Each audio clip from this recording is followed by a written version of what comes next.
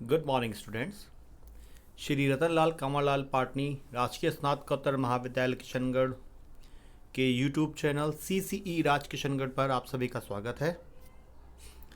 मैं महेंद्र कुमार वर्मा, सहायक आचार्य व्यावसायिक प्रशासन विभाग। स्टूडेंट्स, आज हम बीकॉम पार्ट 3 के paper first principle of marketing के अंतर्गत आज हम अध्ययन करेंगे पेटेंट पर।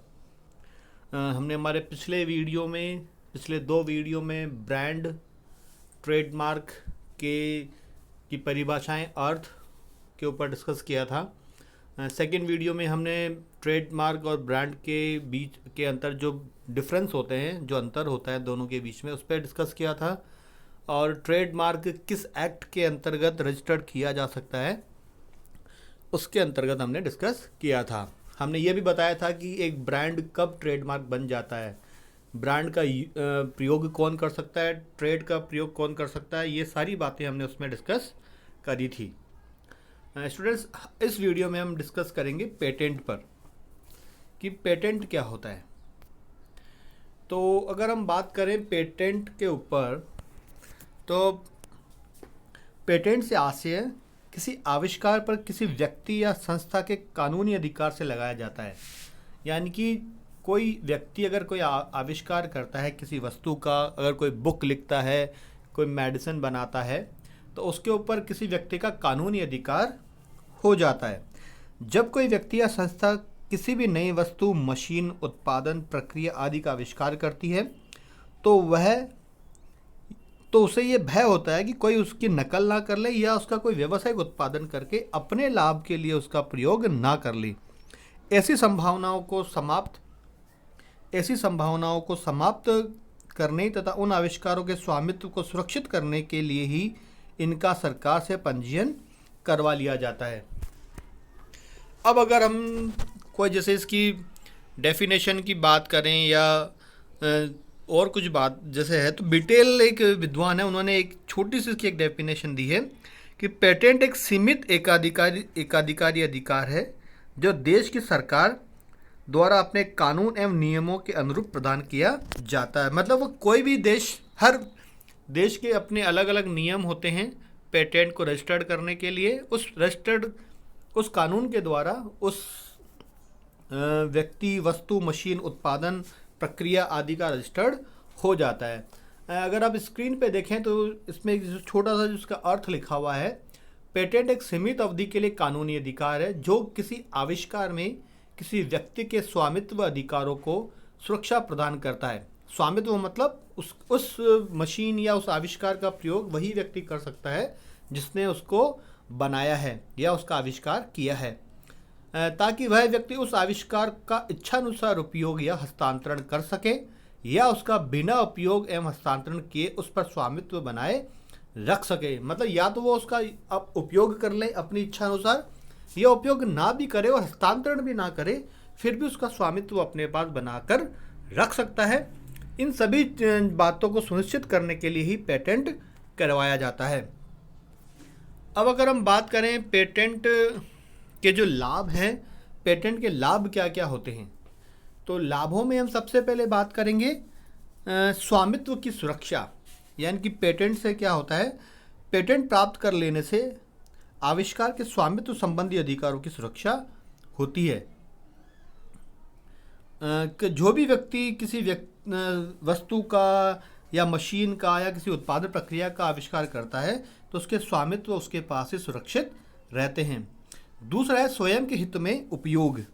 इसमें पेटेंटधारी आविष्कार का स्वयं के हित में उपयोग कर सकता है। मतलब वो उसके अपने लाभ कमाने के लिए अपनी इच्छा अनुसार उसका अपने हित में उपयोग कर सकता है। तीसरा जो उसका पॉइंट है वह है अन्य द्वारा उपयोग पर प्रतिबंध। पेटेंट प्राप्त करने के बाद उसका स्वामी ही आविष्कार का उपयोग कर सकता है या बिना उसकी इच्छा के या बिना उसकी इजाज़त के कोई भी व्यक्ति उसका उपयोग नहीं कर सकता। फोर्थ जो पॉइंट है वह है बाजार का एकाधिकार। पेटेंट करा लेने पर आविष्कार की गई वस्तु के बाजार पर पेटेंटधारी का ही पूर्व एकाधिकार होता है। मतलब कोई भी व्यक्ति बिना उसके परमिशन के, बिना उसकी इजाज़त के उसका प्रयोग नहीं कर सकता। उसका पूर्ण अधिकार बाजार पर उसी व्यक्ति का होता है जिसने उसको बनाया है, जिसने उसका आविष्कार किया है, जिसने उसका उत्पादन किया है। अगला है अधिकार हस्तांतरण।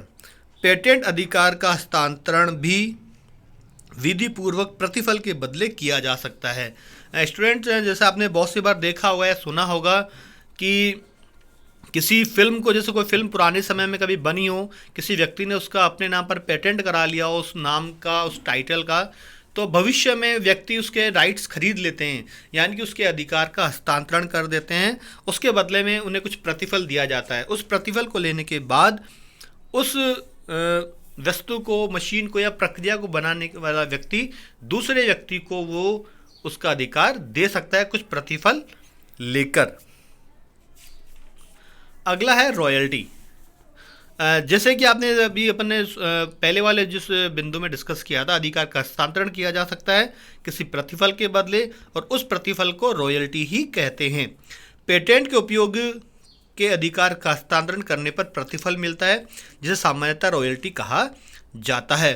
बहुत सी बार जब कोई आपने देखा होगा कि कोई दवाई या कोई मेडिसिन कोई व्यक्ति बनाता है, तो वो किसी कंपनी को उस फॉर्मूले को बेच सकता है या दे सकता है, तो लंबे समय तक उसकी एक मुश्त भी उसकी कीमत ले सकता है, या उसको टुकड़ों में, उसको एज ए अपन कह सकते हैं कि रेंट के रूप में, या उसको अपन वैसे दे सकते हैं कि उसको प्रतिवर्ष जब तक वो चाहे उसका प्रतिफल उसको मिलता रहे, जिसे हम रॉयल्टी कहते हैं।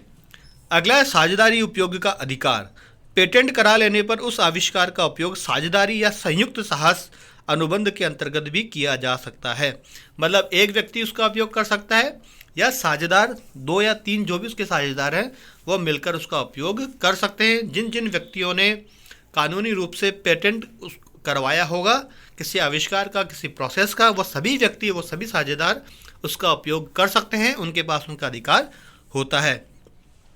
नेक्स्ट पॉइंट है अन्य देशों में उपयोग। पेटेंट का उपयोग एवं हस्तांतरण अन्य देशों में भी किया जा सकता है, यानी कि भारत में रहने वाला व्यक्ति बाहर अमेरिका, चाइना, कहीं भी अपने पेटेंट का प्रयोग करने के लिए उसे दे सकता है, और बाहर का व्यक्ति भारत में आकर वो अधिकार दे सकता है, ताकि कोई मेडिसिन है, कोई प्रक्रिया है, कोई प्रोसेस है, कोई विचार है, वो एक देश से दूसरे देशों में सर्कुलेट हो सके, और जिसने उसका आविष्कार किया है, जिसने उसको बनाया है, उसको उसका प्रतिफल भी मिल सके। अब अगर हम बात करें कि इनकी पेटेंट की विशेषताएं क्या होती हैं, तो पेटेंट की विशेषताओं के बारे में अगर हम बात करें तो सबसे पहला जो इसका पॉइंट है वो है पेटेंट एक कानूनी अधिकार।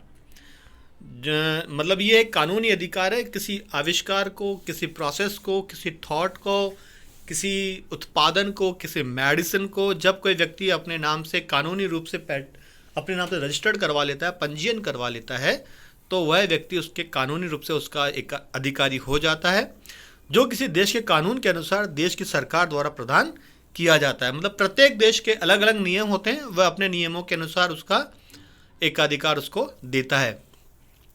दूसरा है यह अधिकार एकाधिकारी अधिकार है, अतः इस अधिकार का धारक व्यक्ति या संस्था ही इसका स्वामित्व रखती है। एकाधिकारी मतलब ये एक ही व्यक्ति के पास, एक ही संस्था के पास होता है जिसने भी उसका आविष्कार किया है और जिसने उसका पंजीयन अपने नाम से करवाया है। तीसरी जो इसकी विशेषता है वह है यह एक अधिकार है, विशेषाधिकार नहीं है। यानी कि ये एक अधिकार होता है, विशेषाधिकार मतलब इसे प्रिविलेज नहीं दिया जाता, यानी कि ऐसा नहीं है कि कोई अन्य व्यक्ति वैसा काम नहीं कर सकता, वो उसमें कुछ डिफ्रेंशिएट करके या कुछ और काम करके उसको अपने तरीके से भी डेवलप कर सकता है, और वह व्यक्ति जो डेवलप करेगा उसका अपने लिए उसका यूज़ कर सकता है, अपना उसका पेटेंट करा सकता है। अगला पॉइंट है यह अधिकार सीमित भौगोलिक क्षेत्र के लिए ही होता है, क्योंकि किसी भी सरकार की अधिकार सीमा या प्रभुसत्ता सर्वव्यापी नहीं होती। यानी कि आपने देखा होगा कि कोई व्यक्ति से राजस्थान में रहता है या एमपी में, महाराष्ट्र में, जो पर्टिकुलर किसी स्टेट में रहता है या किसी देश में रहता है, तो वहाँ के जो लोकल नियम है, वहाँ के स्टेट के जो नियम है या जो सेंटर के जो नियम है, अगर हम बात करें राज्यों की, जैसे राजस्थान का कोई नियम है तो क्या राजस्थान की परिसीमा में ही लागू होगा। अगर उससे सेंट्रलाइज देश के पूरे देश के लिए अगर उसके पेटेंट लेने हैं तो उसको सेंट्रलाइज जो संस्था है उससे उसका पेटेंट करवाना पड़ेगा। इसी तरह अगर भारत की बात करें तो भारत के नियमों के अनुसार वो किसी का पेटेंट कराता है तो वो नियम अमेरिका, जापान या मतलब out of state, out of country वो नियम चले, इसकी कोई मतलब फिक्स वो नहीं होती। सब देशों के नियम, सब की जो शर्तें होती हैं वो सबकी अलग अलग होती हैं। इसलिए हम कह सकते हैं कि एक सीमित भौगोलिक क्षेत्र के लिए ही पेटेंट दिया जाता है।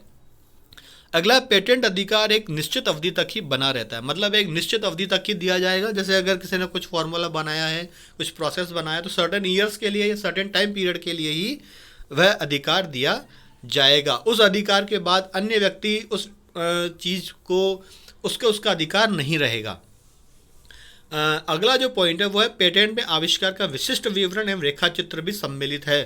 मतलब पेटेंट में हम कोई विशिष्ट विवरण देते हैं या कुछ रेखा चित्र बनाकर देते हैं तो वो भी पेटेंट के आविष्कार में सम्मिलित होता है। जैसे हमने कोई आविष्कार किया, कोई लोगो, कोई मोनोटाइप बनाया, तो उसका भी पेटेंट करवाया जा सकता है और दूसरे जो लोग हैं उसका अतिक्रमण नहीं कर सकते, मतलब अन्य लोग उसकी कॉपी नहीं कर सकते। अगला, पेटेंट पर एक या अधिक व्यक्तियों का अधिकार भी हो सकता है। मतलब हमने पहले भी डिस्कस किया था क्योंकि एक साझेदारी के रूप में भी इसको प्रयोग किया जा सकता है। तो पेटेंट किसी व्यक्ति, कोई आविष्कार या कोई प्रक्रिया या कुछ प्रोसेस, कुछ मशीन है, उसको एक या अन्य व्यक्ति मिलकर भी बना सकते हैं, मतलब दो या दो से अधिक व्यक्ति मिलकर भी बना सकते हैं। तो सभी व्यक्ति अगर पेटेंट कराते हैं तो सभी व्यक्ति उसका उपयोग करने का अधिकार अपने पास में रखते हैं। अगला है, पेटेंट का उपयोग वे व्यक्ति, संस्थाएं ही कर सकती है जिनके नाम में पेटेंट अधिकार सरकार द्वारा प्रदान किया गया है। मतलब जब सरकार कोई पेटेंट का अधिकार देती है तो उस अधिकार पत्र में उस व्यक्ति का नाम, उस संस्था का नाम, उस संस्थाओं का नाम लिख देती है, तो वही व्यक्ति उसका उपयोग कर सकते हैं, अन्य व्यक्ति नहीं। पेटेंट अधिकार का स्वामी यदि इस अधिकार का उपयोग न भी करे तो भी अन्य कोई व्यक्ति या संस्था उसका उपयोग नहीं कर सकती। दूसरे शब्दों में हम कहें तो स्वामी द्वारा पेटेंट का उपयोग न करने से इसका अधिकार दूसरे को स्वतः नहीं मिल जाता। मतलब ये बात बहुत ध्यान देने योग्य है कि अगर मैंने कोई आविष्कार किया है और अगर मैं उसका प्रयोग नहीं कर रहा हूँ, लंबे समय तक नहीं कर रहा हूँ, जिस सर्टेन टाइम पीरियड तक मैंने उसका पेटेंट के अधिकार अपने पास में रखे हैं, तो इसका मतलब ये नहीं है कि कोई अन्य व्यक्ति उसका प्रयोग करने लग जाएगा क्योंकि आप नहीं कर रहे तो मैं कर लूँगा। ये बात इसमें नहीं चलेगी। जिस सर्टेन टाइम पीरियड तक मैंने उसका पेटेंट करवाया है, उस टाइम पीरियड तक कोई भी व्यक्ति उस पेटेंट का, उस आविष्कार का, उस प्रोसेस का, उस उत्पादन प्रक्रिया का प्रयोग नहीं कर सकता बिना पेटेंटधारी की परमिशन के, बिना उसकी आज्ञा के। 10वां जो पॉइंट है वो है, पेटेंटधारी स्वयं अकेला या किसी अन्य की साझेदारी में पेटेंट के अनुसार उत्पादन कर सकता है। मतलब जो पेटेंटधारी है, जिसने किसी अपने आविष्कार, उत्पादन प्रक्रिया, मशीन का आविष्कार किया है और उसने अपना पेटेंट करवाया है, वह स्वयं अकेला या किसी अन्य की साझेदारी में भी पेटेंट के अनुसार उत्पादन कर सकता है। मतलब वो चाहे तो किसी अपने, जैसे उसने फॉर्मूला बना लिया है, कोई मशीन बना ली, लेकिन उसका उपयोग वो अपने स्वयं के वे पे नहीं कर सकता, तो वो किसी साझेदारी व्यक्ति या अन्य व्यक्तियों से संपर्क करके, उनसे अनुबंध करके भी उसका उत्पादन कर, मतलब उसका प्रयोग कर सकता है, उस प्रोसेस का, उस आविष्कार का, और उससे कुछ ना कुछ प्रतिफल प्राप्त कर सकता है। तो स्टूडेंट, आज हमने इस वीडियो में पेटेंट के रूप में पेटेंट की जो बात करी है उससे आप समझ गए होंगे कि पेटेंट